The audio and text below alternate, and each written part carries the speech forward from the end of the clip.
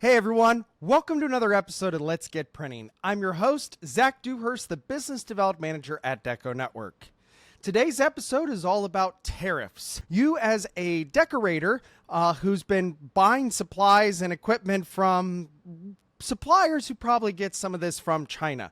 So you're only as strong as your supply chain, and you hope that your supply chain is accounting for these tariffs, and you need to be prepared for some potential price hikes. With us today is Rob Super, owner of American Print and Supply. Rob is a fun guy to talk with. He has a lot of experience when it comes to essentially importing equipment, consumables, and everything you can imagine from China. As if you're doing any amount of DTF, some of this stuff has to come from China still. And again, there's some hopefully important information we can share that helps you make better decisions on preparing for what these tariffs are going to mean for your business. Before we get started with the podcast, let's talk about our awesome sponsor, DecoNetwork, the all-in-one shop management platform that allows a custom decoration business to have both a front-end website for taking quotes, provide sites to their clients, whether they want an ordering portal, sell merch, fundraise, and then lastly, a order management system where everything goes into where we can keep everybody organized and as efficient as possible. Visit DecoNetwork.com today and do a demo and see for yourself why you should be using the game-changing software DecoNetwork to run your custom decoration business. With that said, how's it going, Rob? Hey, we're doing good. I got my boss here, Luna, as well. She just woke up from a nap. The UPS man came by. She has a very strict routine. She must get a bone from the UPS man, or there's going to be some havoc.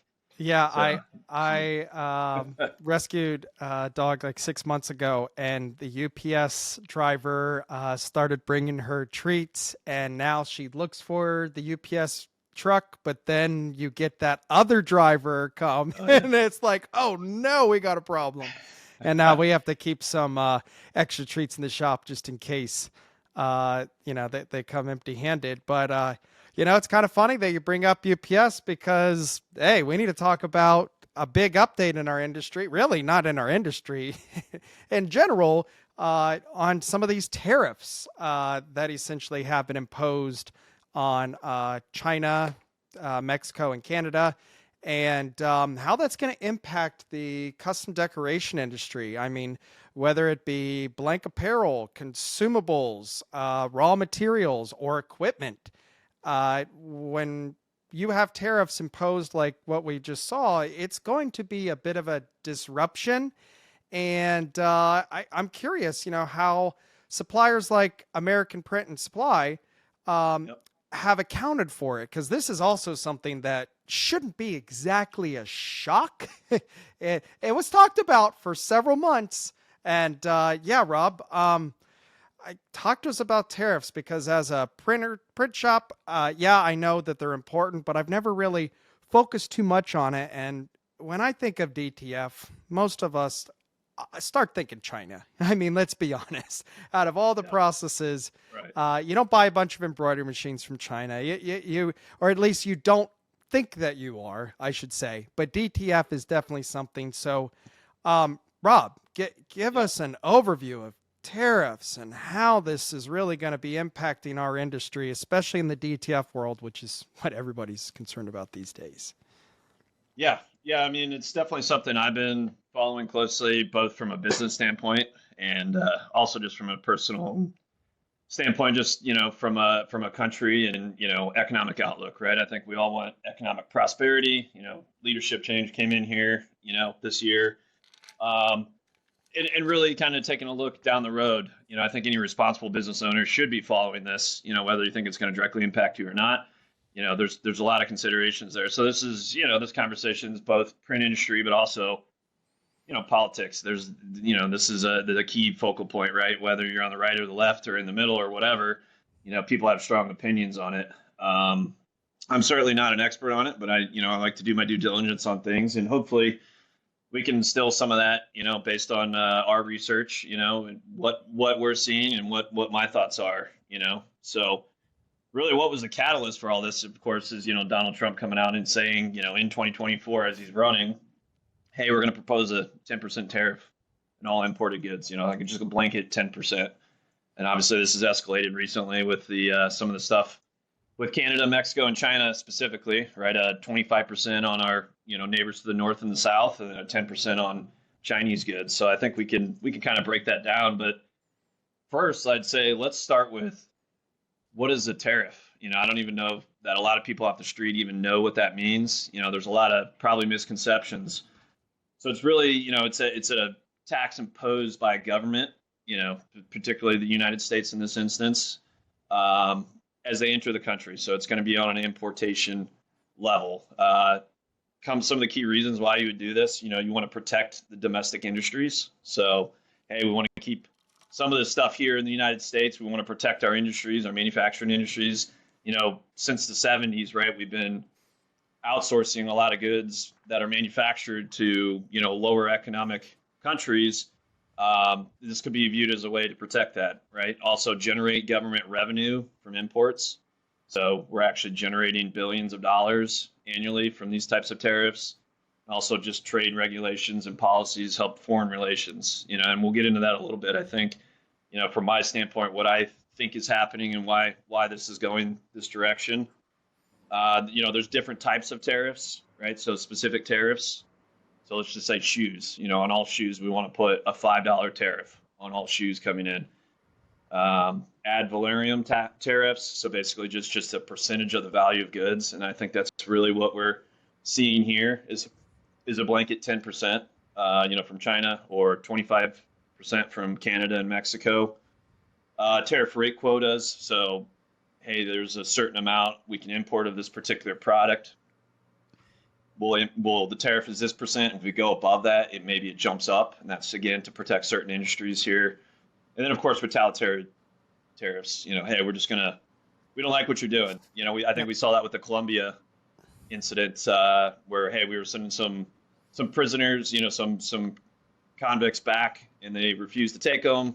We slapped a really stiff retaliatory tariff on it as a negotiation tactic, and it worked out. Eventually they ended up taking them, and that kind of squashed that whole beef. So that's a good example of a retaliatory tariff. So, Rob, again, you at American Print and Supply, you bring in, for example, ink, powder, a lot of things. When the tariff is not what you're going to sell it for retail, it's the wholesale cost that you're buying it for, right? So the government must know what you're paying for the goods, correct? Yeah.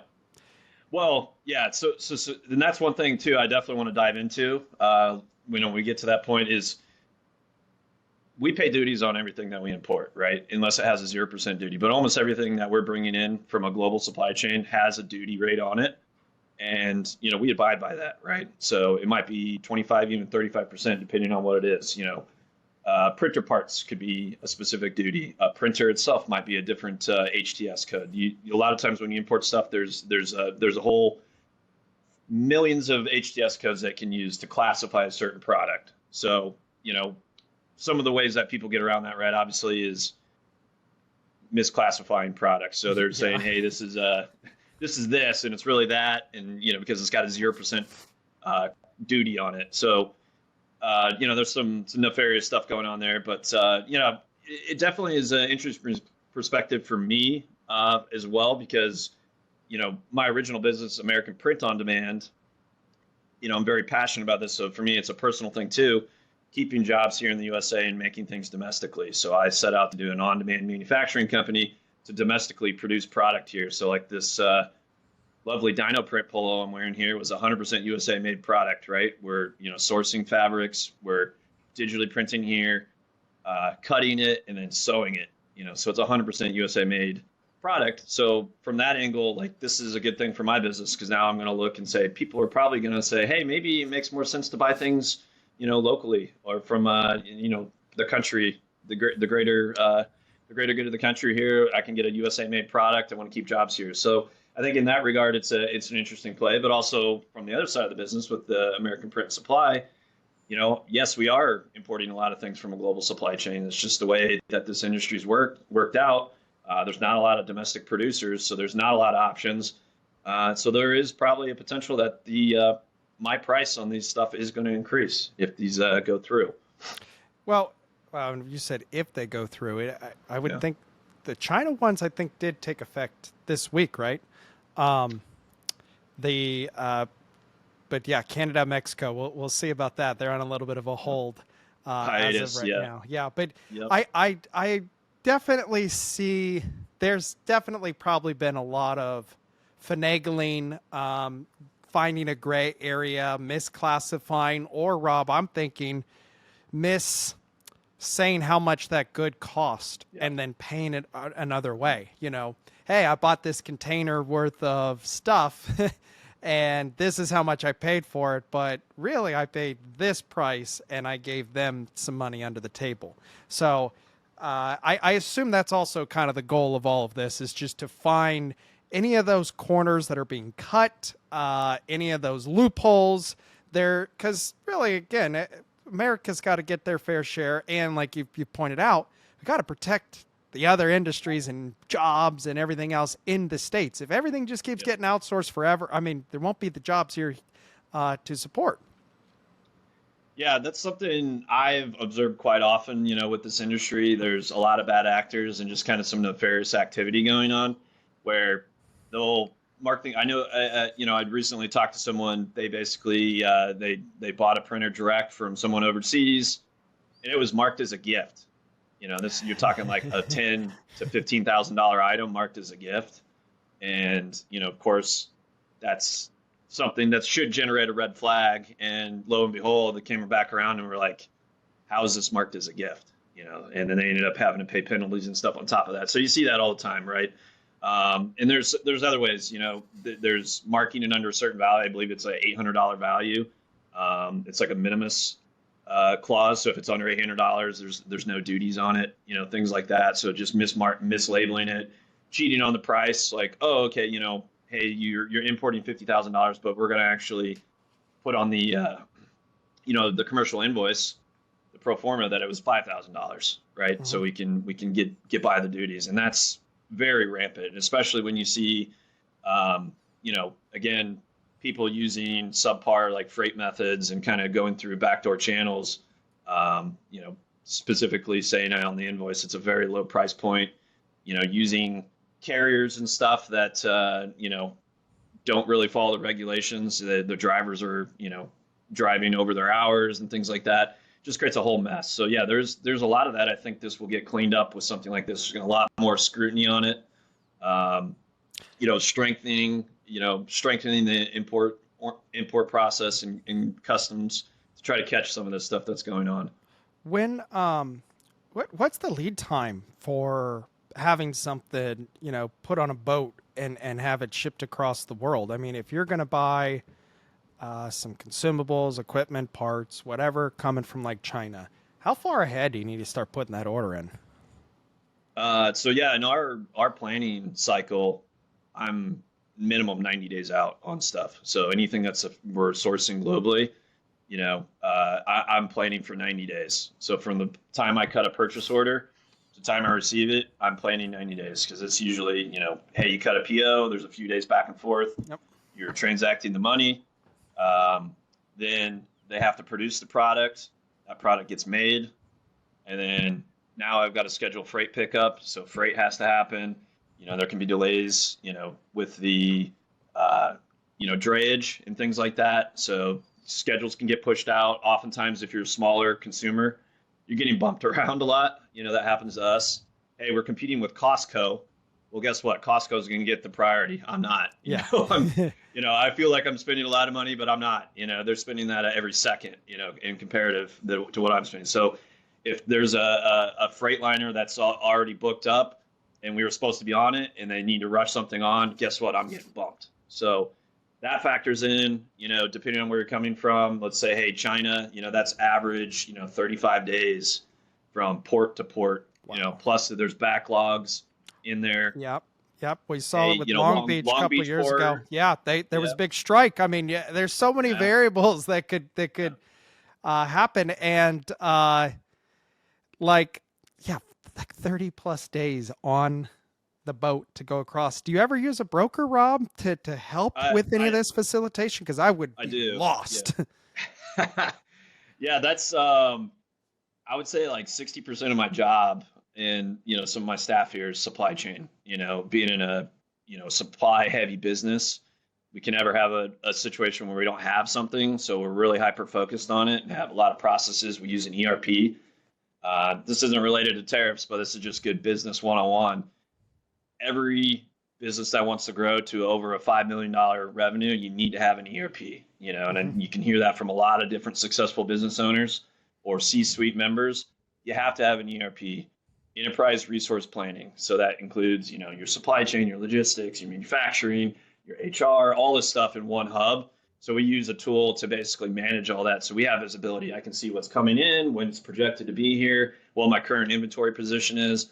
That wouldn't be possible without something like that. And sure, you can get to a certain point with pencil and paper, and I did that for a lot of years. But when you really want to grow and scale, you have to have those systems in place. And that's another thing too. It's a really cash flow heavy business. Probably not a lot of people, think about. But I'm 90 days out, and I'm putting that money up front. So there is a cost and a value to that, right? Time Mhm. value money. So that money's coming out of my pocket, and I am not able to capitalize on that for 90 days by the time I order it to receive it. And I have to receive it here. I have to put it in my warehouse.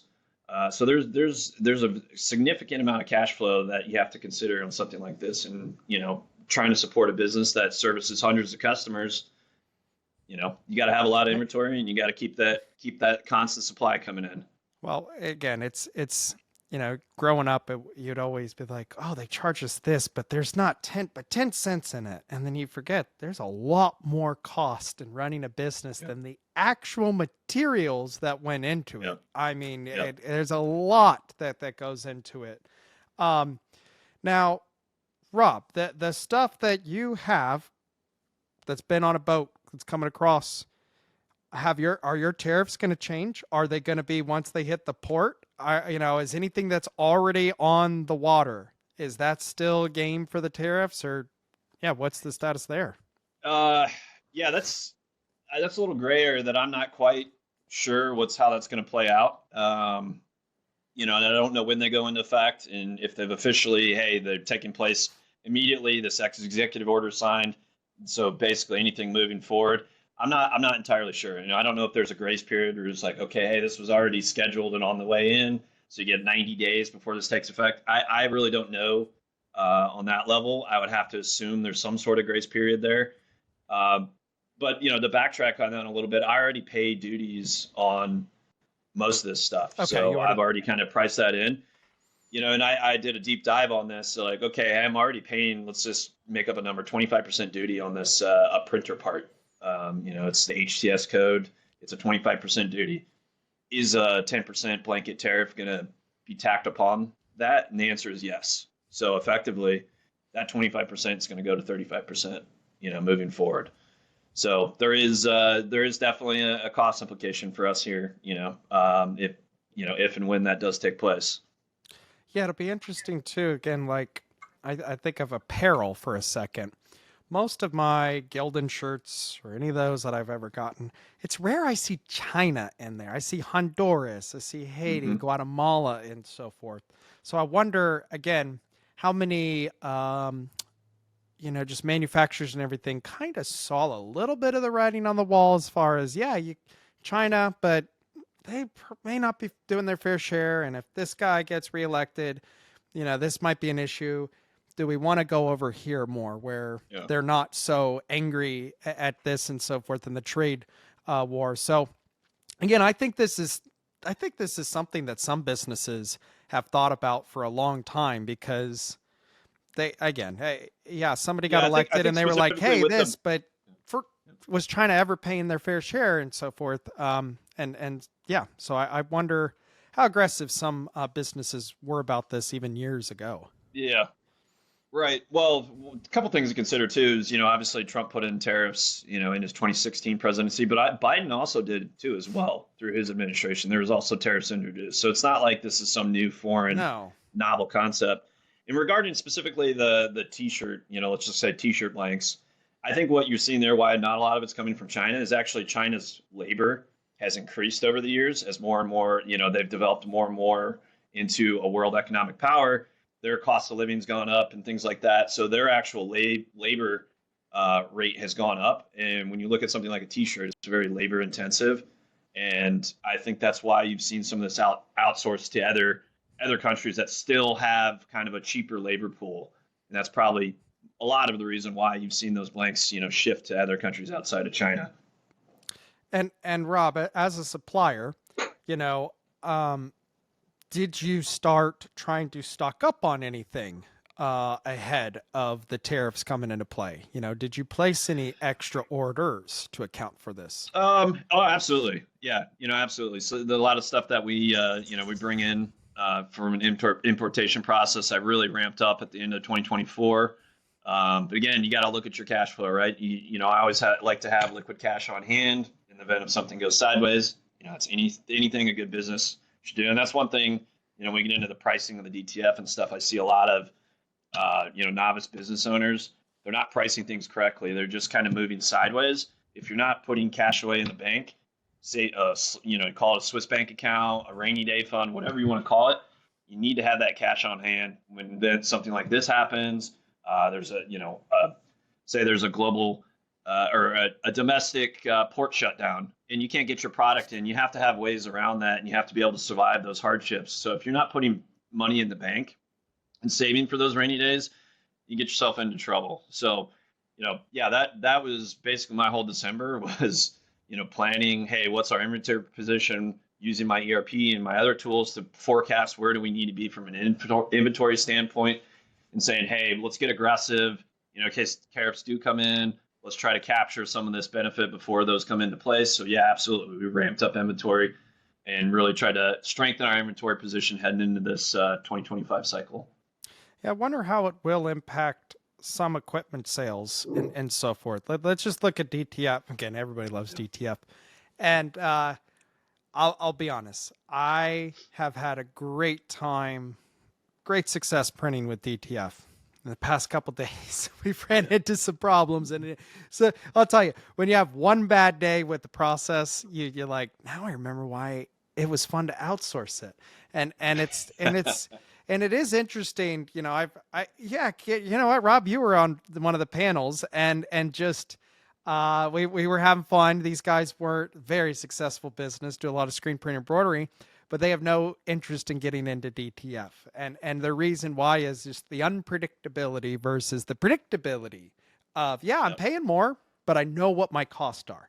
I know that if I'm not going to have to deal with the headache here and there. So I wonder with something like this, it just makes some consumers just take a step back and, well, if I bought that printer from this guy and they say we have to use their consumables, but then this, there's just all types of variables versus outsource it. I mean, it can be very easy. Yeah, you have cost. It goes back to, why do a lot of people want to print their own DTF costs? Well, they're going to lower their costs, but you forget that there's a lot more than material. There's labor. There's, again, R&D. There's all types of things that just don't make money that you have to do. Do you think the tariffs will in any way impact? Do you think those who are selling transfers are probably going to increase their prices? Because we see some people are racing to the bottom, others are charging a premium, and I wonder if the ones who charge the premium have already accounted for this ahead of time, and the ones that were racing to the bottom are like, oh no, we got to come back up now. How do you see that playing out? Yeah. I think people are pricing things the wrong way. Are definitely maybe going to feel the pain a little bit more on this, especially if they're using less savory means to get their consumables. Buying direct from agents and stuff overseas that are, again, cheating on the freight and the duties that are paid. So there's going to be a crackdown on that. I've already kind of seen it firsthand on certain vendors reaching out to me and saying, hey, what's your take on this? So. Us as a company, we've kind of taken a position where, I've got out in front of it, and essentially, from an American print supply standpoint, we're not going to pass that back on to the customer right now. So if there is a 10% increase, we are absolutely not going to pass that on to the consumer, because one of the things that people right now it's like the Walmart example. Okay, Walmart buys a vacuum cleaner for $100, they sell it for 150, they make $50 profit. Well, now they have to buy it for 100 and another $10 on top of that with a 10% tariff, and they're charging 150. Well, they only make $40 profit. That's not going to make their minimum threshold. Now they got to raise it to 160, and they're going to pass it on to the consumer. So that's, everyone's in a big panic about that. Oh, it's just the consumer is going to pay the price. Well, I think that's certainly applicable in certain industries. Low margin product where you have to hit a certain threshold. We have already taken a position and worked out some deals in things where, in the event that's happening, it's not going to get passed on to our consumers. And I think a lot of responsible business owners can do the same thing. When you're particularly talking about transfers, I've got a little thing I prepared here. So, one of the, little demonstrations I gave at Printing United this last year was a DTF cost breakdown. So we just went through and said, hey, what are the economics of DTF? And that's one thing I just love about the DTF process in general, outside of its application and all the cool things you can do with it, is the economics. And there's so many different ways you can make money with it, right? Selling the transfers, doing finished product. That's getting, you sell the transfer to someone who is doing finished product. There's enough margin along the way, if you're pricing things right, where everyone can make money. And there's a lot of ways to have economic growth there. So if you break down a transfer, so I've got a basic design, it's full color, basically 1 square foot. So a 12 by 12 area. So that's essentially 1 square foot at an average retail price. So let's just say you're paying a regular retail price for consumables. So we're talking film, ink, and powder. This design broke down to 30 cents per square foot. So a 12 by 12 design on a shirt was 30 cents. Okay, and that's just your materials cost. So let's talk a hypothetical. If I have a 10% increase on all my consumables, my film, ink, and powder, and that gets passed on to me as the printer, my pricing is going to go from 30 cents to 33 cents because that's a 3 cent increase with a 10% tariff. I would make the argument that if that 3% or 3 cents, that 10%, so 30 to 33 cents, if that's going to make or break you and put you in the red, your pricing model is way wrong. Like you've got an issue with your pricing model because you're not factoring in all these other intangibles. You should be absolutely able to absorb that. There's a lot of other factors there and more macro things to consider, but just at a raw materials cost in the DTF space, a 3 cent increase on a 12 by 12 transfer shouldn't be hurting your business to the point where you need to, pass that on to the consumer in a considerable way. Yeah, I mean, again, 10%, it's all relative, right? It depends on what your actual costs are, but DTF, you have so little in cost. It's funny because I've worked with some shops and they're like, well, if I don't order $200 worth, I got to pay for shipping and I need to pass that on to the customer and whatnot. I was like, no, you don't. You order strategically, you get to free shipping, and that doesn't get passed. And the word free, Rob, nothing's free in life. Yeah. Oh, I got free shipping. No, you paid for it somewhere else. That's how it works. So the term free. So yeah, I don't like looking at my UPS account to see what our monthly bill is. We do, that's one of the things we do. Yeah, the free shipping over a certain dollar value. It's significant, and that's just baked in the price. We price our goods at a price point where we offer that, and it's getting covered through that price point of the product. And shipping stuff is not cheap. It's expensive. So again, consider that in your pricing model, depending on your strategy. Yeah, and I honestly don't know if we really ship much to China as a country, but I wonder, what the retaliations might be as well, as far as, oh, well, now it's going to be this. But yeah, well, that is one thing that has happened, right? So we've seen a couple of results already. Canada came back and said, hey, we're gonna try to stop the flow of fentanyl, into Canada through the United States. We're going to put some, millions of dollars around this to try to, they got a huge problem up there. Fentanyl running up from Mexico. Mexico also came to the table and said, hey, we're going to put 10,000 troops on the border to help strengthen the border, stop the flow of fentanyl. these are all good things, right? And that's why they have a pause on the 25% tariff. So, my armchair take on it at a macro level is a lot of this is a bargaining tactic. We're using Yes. this to bargain and say, hey, this needs to be an equitable two-way street. We want to continue to import your goods and have two-way commerce, but it needs to be on a fair playing field. So I think that's a lot of what you're seeing is posturing here. Also, I think it is important to reshore particular industries in the USA. Bringing back some automobile industry. I would love to see more domestic sewing production, which has been decimated since the 70s. We used to be a powerhouse of sewing, and that's gone, since the 70s. So I think there is a lot of that happening here too. Is you'll see, foreign businesses want to invest in manufacturing. I saw an article today. A Canadian food company was considering, hey, we're already exploring options that if there is a 25% tariff, it's going to make more sense to make things in the United States. So that's a win for everyone, right? We're getting more business and commerce here in the United States, helps the economy and spurs growth. And then a good economy means a good t-shirt industry. So indirectly, that's helping us. But what we did see with the China thing is they came back and said a retaliatory tax. So I think it was coal and maybe like natural gas. It's kind of that's just a kind of a smoke and mirrors thing. You look at the amount that they actually import for the United States on that, it's like 2% of their importation on those. Yeah, so it's a negligible thing. A 15% on 2% of what they actually get from us in that industry, it's nothing. So it's a nothing burger there on that front. So I'll be curious to see how that plays out.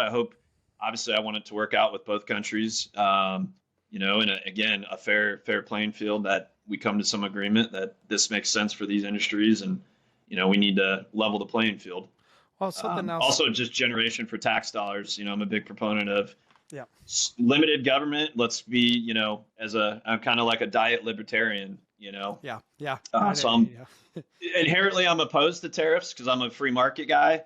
Want limited government, but in the global landscape, you got to be realistic about it. So it's got to be a pragmatic approach, and it needs to be balanced. So it's deregulation where government overreach is stifling industries here in the United States, but also we have to have basic consumer protection. So, lowering corporate taxes and other personal taxes, I think, is a good thing. So tariffs a way that we could potentially lower our personal taxes and also generate more revenue for the government as a whole. Also decentralization and things like that. Yeah, I don't think it matters at all which way you lean. At the end of the day, we gotta make sure everyone's paying their fair share. We're helping each other. But I also, something I just took away from there, Rob, was just bargaining and negotiating. We kind of forget, if you do a lot of business with somebody, you have some leverage and some negotiating. So again, like American Print and Supply, you supply a lot of consumables, a lot of which come from China. You have negotiated with your supply chain as well, right? To be like, hey, we got to find some common ground to help each other, because the last thing you want is me to leave you, and so forth. And I'm not saying you play the leverage game all the time, but sometimes you remember, like, who needs who more. Yep. And so, yeah, did you have some of those conversations ahead of the announcements and so forth? Oh, yeah, those conversations already happened. And that's why we've already got an action plan in place. So in the event that this does take place, we won't be passing that cost on to the consumer. And that's through a variety of techniques, one of them being negotiations, and also being able to price things right and looking at price versus value. So that's really our thing, is we're driving value for our customers, more than just price. So absolutely have no intention of passing that on to our customer base. And, it's also interesting, so many things that are evidently American made, a lot of it is assembled in America. Mm-hmm. It's still a lot of Chinese parts. I mean, it'd be hard to find many things here that are 100% American raw materials always. Yeah. I mean, they exist, but I just think of a DTF printer, and somebody could say, hey, the whole thing is assembled here in the States. I can guarantee you there are several parts that are coming from China. It's unavoidable to work with China. It really is. Isn't it? I mean, it is unavoidable. Yeah. I think a global global supply chain is important, right? Especially with the cost of living in the United States, paying people fair wages and stuff. It is important. I have a very strong manufacturing background. For over a decade, I worked for Fortune 50 company that manufactured gigantic product. And you have components and things, you can't do it all, right? You have to be able to outsource and have those suppliers and vendors that you rely on. So saw this firsthand, right? We moved product out of the United States to Mexico. And I was involved with this for over 2 years, and it killed me to have to do that. But if you break it down and look at, how much some of these components were costing, in order for us to compete on a global scale, we had to, cut costs on certain components, and the only way to achieve that would be to go to like our neighbor to the south and say, hey, for the cost of living there, we can produce it for XYZ cheaper, and in turn pass that through on the cost of the machine and allow us to export these machines and compete on a global scale. Otherwise, you just get absolutely killed by some of the competitors that can produce the whole machine for 80% of the cost. So yeah, it's definitely something that is important, right? We have to look at industries and say, what stuff can we produce here, and it makes sense to produce here, but it can't just be 100% all black and white, all or nothing. It is important to have a global supply chain. And certainly I commend anyone that's doing made in the USA stuff. I'm trying to be one of those, at a very small scale with the American print on demand stuff, but it is a difficult thing. There's a lot of hidden costs that people don't see, from whether it's, simple things like dunnage. I have a $400 a month, trash bill that I got to pay. It's just all that stuff adds up with time. So again, pricing things right and really understanding your true total cost is the path forward.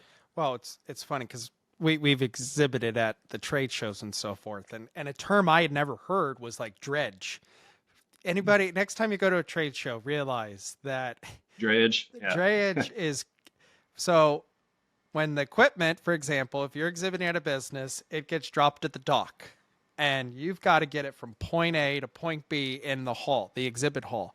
And every foot they drag it, they will charge you from a union stamp. And Rob, I mean, we're talking tens of thousands potentially and cost just to drag something with a forklift over 50 feet. Yeah, when I was at the Long Beach Impressions Expo, I was at a booth and they were like, it costs $2,000 to have this banner put up, and 2 days later, it costs another $2,000 to bring it down.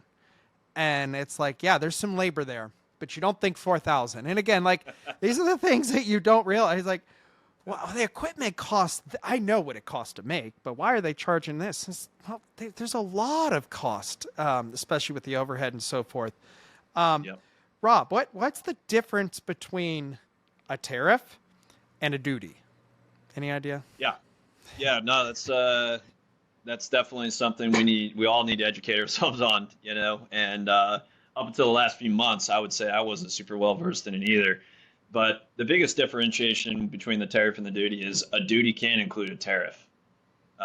So in the instance of, say something, that example earlier, I'm already paying a 25% duty on this HTS code. So bringing that printer part in, a tariff is just a blanket tariff on top of that. So the duty can include the tariff. So I'm looking at a 35% effective duty rate because of the 10% tariff. Wow. And, yeah. So to kind of break it down and explain I'm 5 methodology, a key difference is a tariff is just a specific import tax, and a duty can include tariff with other taxes on the goods. Excise tax. You see that in alcohol and tobacco, things like that. That can be considered a duty. So it's a broader term. It's probably a better way to describe it is an all-encompassing. I really didn't know anything about duty until I went on a cruise ship and they were like, get all this stuff and it's duty free. And I'm like, what the heck does that mean? Yeah. It's duty free.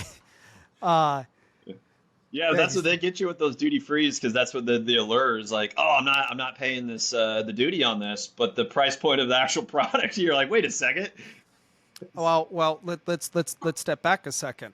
Let's say that I'm flying home and all of a sudden I got all this duty stuff, and now I have to check a bag that I now Yep. have to pay for. And so before you know it, your cost just moved over. Yeah.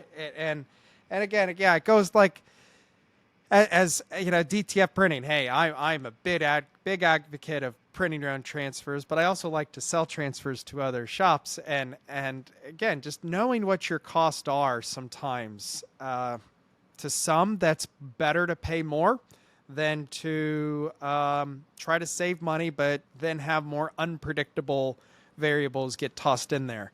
But yeah, I am also interested, Rob, with American print on demand, because everyone out there, Rob does cut and sew in house in Illinois. If you look at his shirt, that was just a bolt of fabric that was printed and then cut, and then his team of seamstress sewed the product together. It's very rarely done in the States, and it's become very popular to outsource cut and sew overseas. So I wonder as well, Rob, if any of this will also start impacting turnaround times.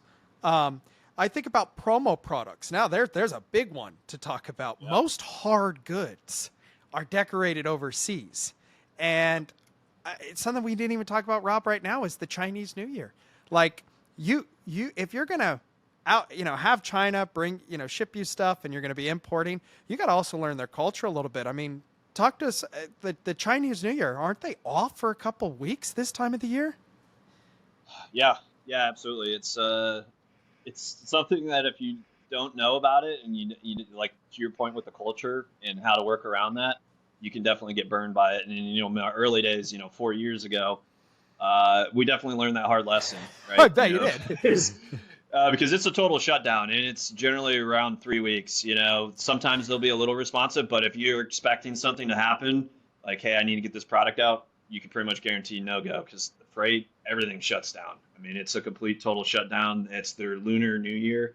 They have big celebrations. It's time for them to, they have a very aggressive work schedule, so it's kind of like a reset button for them. They get time off. A lot of them go see their family in other parts of the country.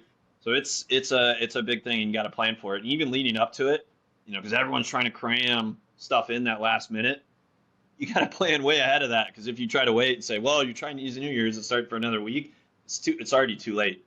So that 90 days I was talking about, it's probably more like 120 is when you get into December, because much past that, you're not getting it out before Chinese New Year, which just officially ended around the 5th. Well, and the cliche is you're only as strong as your supply chain. And, Yep. You are my DTF consumable supplier. So if American Print and Supply doesn't have what I need, my customer does not care.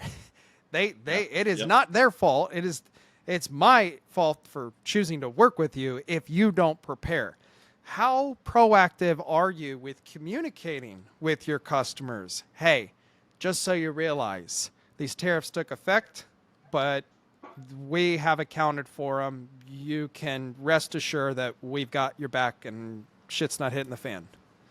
Yeah, we've already been communicating that with the few customers that have reached out and voiced some concerns, like, hey, is this going to impact our pricing and stuff? Do we need to start thinking about that? And we've been pretty vocal in saying, no, we've been out in front of this. We're trying to make sure that we're not going to pass that on to you, which that's our stance right now, and I have no intention of changing that. So you don't have to in turn pass that back on to your consumer. And I know there's a lot of different pricing models, whether you're selling transfers or doing finished goods. So me passing that on to them could impact them in some way. So absolutely, we're very vocal about that. We've been trying to educate our customers that, hey, we know it's a concern and something to keep an eye on, but as of right now, if you're working with us, you shouldn't see any impact to it. And another thing too is, like, that's important, with working with any supplier, in this industry, is ensuring that they're thinking about you guys, right? And that's something that gets me out of bed in the morning is, hey, I have no room to miss, like, we run out of white ink and you need white ink. That's a major problem, Yeah. right? And it has far-reaching effects. Yep. Because you have customers you're reporting to, and even those customers might have customers you're reporting to. So there's a huge ripple effect if we run out of something as critical as a white ink. So it's basically my life's mission as a business owner to ensure that our critical consumables are never in the red zone where we're having to call you and say, hey, uh, Zach, I'm sorry, I don't have the white ink for you, and it's going to be 3 weeks. So, Yeah. and I will say, in the early days, again, everyone learns things through the entrepreneurial journey. I certainly made those missteps and mistakes, and always tried to take care of the customer best of my way. But we've learned from those lessons and put policies and procedures in place where our customers are never going to get exposed to that. That's why there's a lot fewer DTF suppliers than there were 4 or 5 years Yeah. ago, because it seemed like overnight everybody, I know how to bring stuff in from China, but if you don't know how to warehouse and plan and do everything and innovate at this point, you've got to innovate too. Just so everybody knows, Rob doesn't just get stuff from China and says, hey, look what I did. You also have to coordinate with a lot of it. So it goes back to like, I was in a meeting event thing, and they were talking about all these blue chip brands are going to be the standard for DTF. And I was shaking my head. I'm not saying Mamaki, Roland, Epson doesn't make a good printer, but to say that China can't make a good printer is crazy. They make these things, right? These are very popular. China can definitely make good stuff, but you kind of have to try to put someone over there to monitor them and so forth. What's it been like over the past several years and so forth when you've had to deal with them and Well, whatnot? yeah, that's probably a whole podcast in itself Yeah. there. Oh yeah. It is. But oh, it is. I think what differentiates, particularly like someone like us, is I'm not just importing things. I am building relationships with suppliers. We're vetting them, and these are multiple year relationships that we've developed and strengthened. And it's got to be a two-way street. I'm not just bringing something in and slapping a label on it and calling it, hey, this is our product. It's R&D back and forth, pushing the boundaries, testing things, and working with quality suppliers. Not everyone's created equal.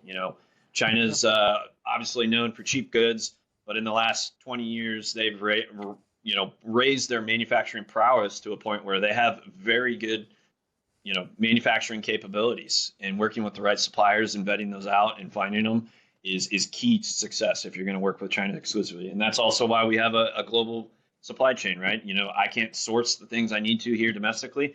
I find where those partners are at, and we go out and search them. I went over to Germany for a show called Drupa with the sole intention of finding vendors, at a global footprint that do things that I need here to support my customer base. And you don't do that just by, you can't just look on Google and find those. You have to get out there and do it. And it's years of research, talking to people, knowing the right lingo.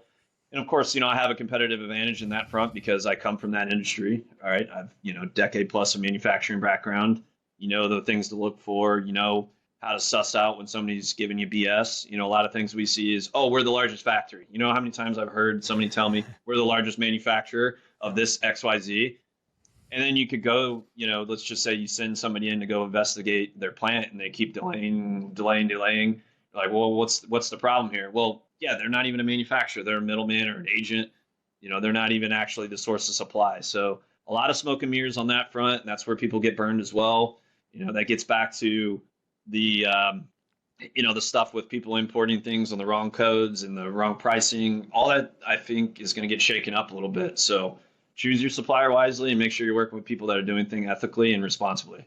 Yeah, before you know it, they're going to just start. Let's just dump as much powder in the dryer. Let's load it up with white ink and so forth in the printer, and then just send it across the hey, we'll be able to avoid those tariffs and those couple of consumables because it's already in the printer. Well, I'll tell you, I've got a whole section in my warehouse that's like a graveyard that is, bad mistakes. Working with the wrong people.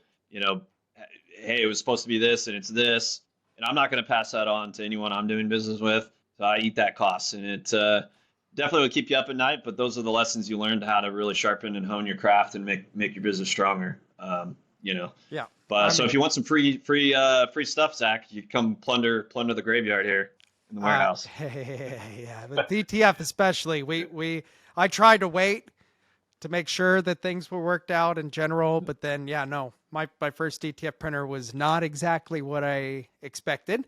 Hmm. Good thing was I got it at cost. You know, I have some connections in the industry, but it's like, yeah, I wish I hit up Rob at American Print and Supply first, because yeah, and that's what I'd like to conclude it.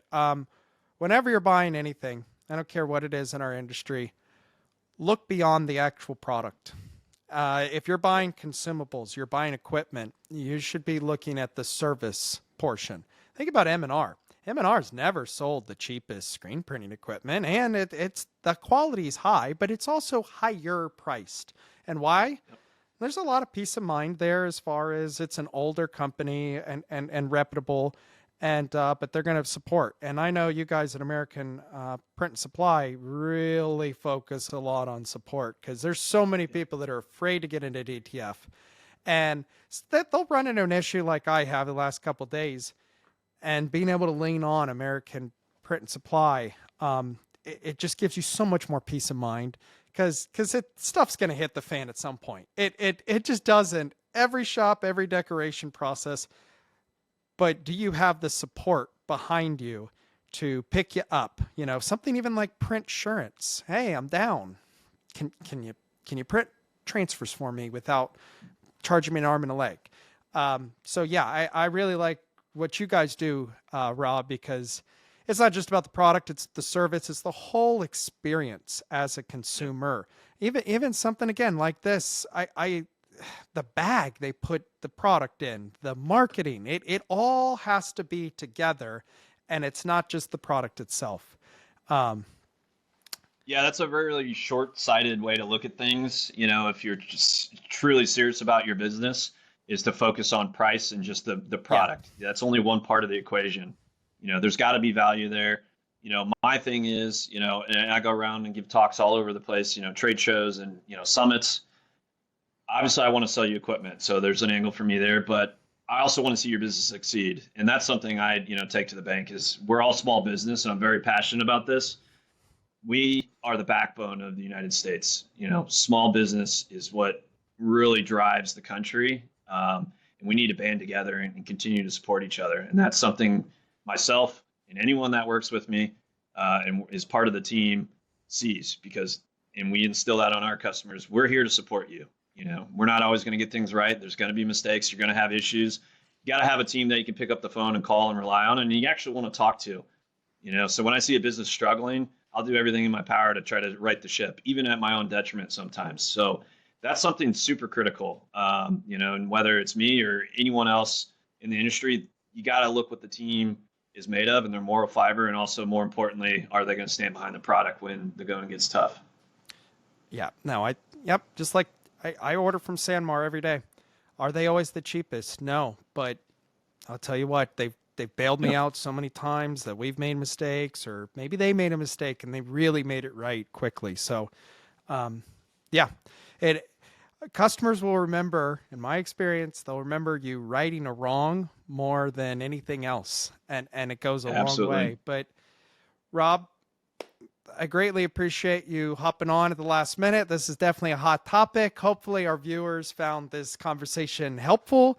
Again, tariffs, it's not been something that it's really been taking effect in a while like this, or had so many people like, whoa, what's going to happen? But Yeah. some takeaways. One, if you work with a good supplier, they have already accounted for this. Somebody like American Print and Supply, their pricing has not been racing to the bottom to just try to get a quick transaction. It's about the whole experience, and they can account for things like this tariff and price increase. And remember that tariffs, again, it doesn't matter which way you lean politically. It's important that you know, there's American jobs, that we're getting those taxes properly paid. They're not cutting corners. It needs to be a fair playing field. Otherwise, it's not good for you as a business. I mean, if everybody's just going to outsource everything to China, why would somebody buy a custom DTF printed shirt? I mean, Yep. heck, I've outsourced things to China, and it gets to me in like 5 days. It obviously wasn't put on a boat, but it's like, how is this possible? Well, again, that has gone up in price, which is a good thing because I would rather source things here in the States. Yep. So, Rob, again, thank you so much. American Print and Supply. Also, check out American Print on Demand, where they do in-house cut and sew. I would think it's going to be more popular than ever with this. So, Rob, really appreciate your time. Always have fun with you, and look forward to doing this again. Yeah, thanks. Thanks for having me on, Zach. It's been a fun, hot topic to get involved with, and hopefully people have learned some fun little tidbits from this, and looking forward to the next one, Zach. So thanks again. Awesome. Thanks, Rob. Yeah. Cheers.